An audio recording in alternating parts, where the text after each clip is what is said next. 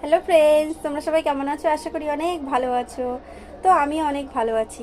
তো আজকে আমি যে দানা কলা হয় না, ওই যে ওগুলোকে আমরা দানা কলা বলি, সেই কলা, কাঁচা যে দানা কলা, সেই কলা আমি রান্না করব একদম শর্টে, কিন্তু খেতে খুব সুন্দর।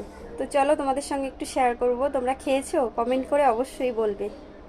তো এই হচ্ছে আমার সেই দানা কলা, আমি ছুলে কেটে ধুয়ে পরিষ্কার করে রেখেছি। এই যে এর ভেতরে যে দানা থাকে, কিন্তু এই কলাটা খেতে কিন্তু খুব ভালো।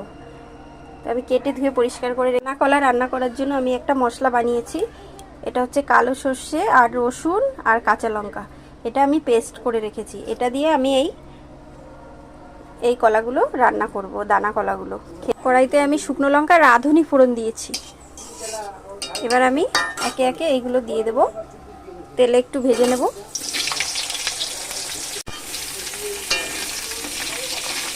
সেদ্ধ করার কোনো রকম দরকার নেই, ভালো করে একটু ভেজে রান্না করলেই ভালো লাগবে।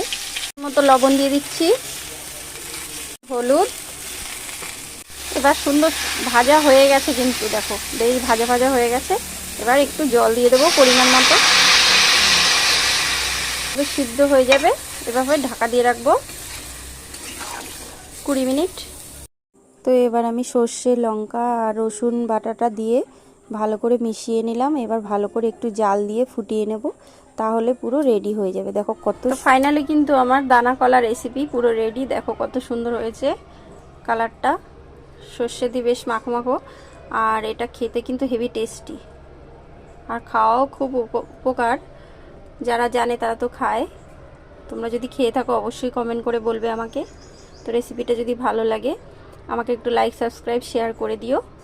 তো টাটা।